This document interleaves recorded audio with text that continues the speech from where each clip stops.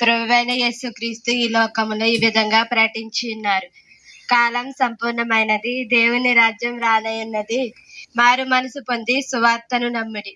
కాబట్టి ప్రియులారా, యేసుక్రీస్తు ఎవరు అని మనం ఆలోచించట చేస్తే, ప్రభువైన యేసుక్రీస్తు దేవుని శక్తియు దేవుడి జ్ఞానమునై ఉన్నాడని బైబిల్ చెప్తుంది.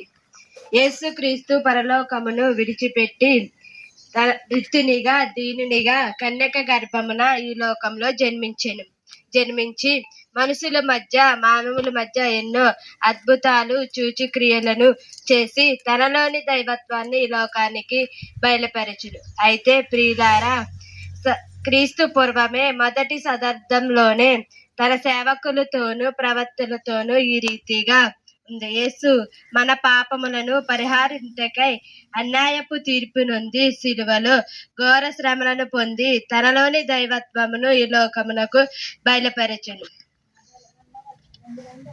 యేసు ప్రతి పాపం నుండి మనలను పవిత్రులుగా చేసి సర్వమానవాళి విషయమై ఆయన చేసిన పుణ్య కార్యాన్ని ఎందరైతే విశ్వసిస్తారో, ఎందరైతే తన సొంత రక్షకునిగా దేవునిగా అంగీకరిస్తారో వారందరూ పాపరహితులుగా తీర్చబడతారు. కాబట్టి నేడే యేసుని చేరండి. ఆయన ఇచ్చే పాప క్షమాపణ, పునరుద్ధానమును, నిత్య జీవమును స్వతంత్రించుకోవాలని మీ అందరినీ కోరుచున్నాం.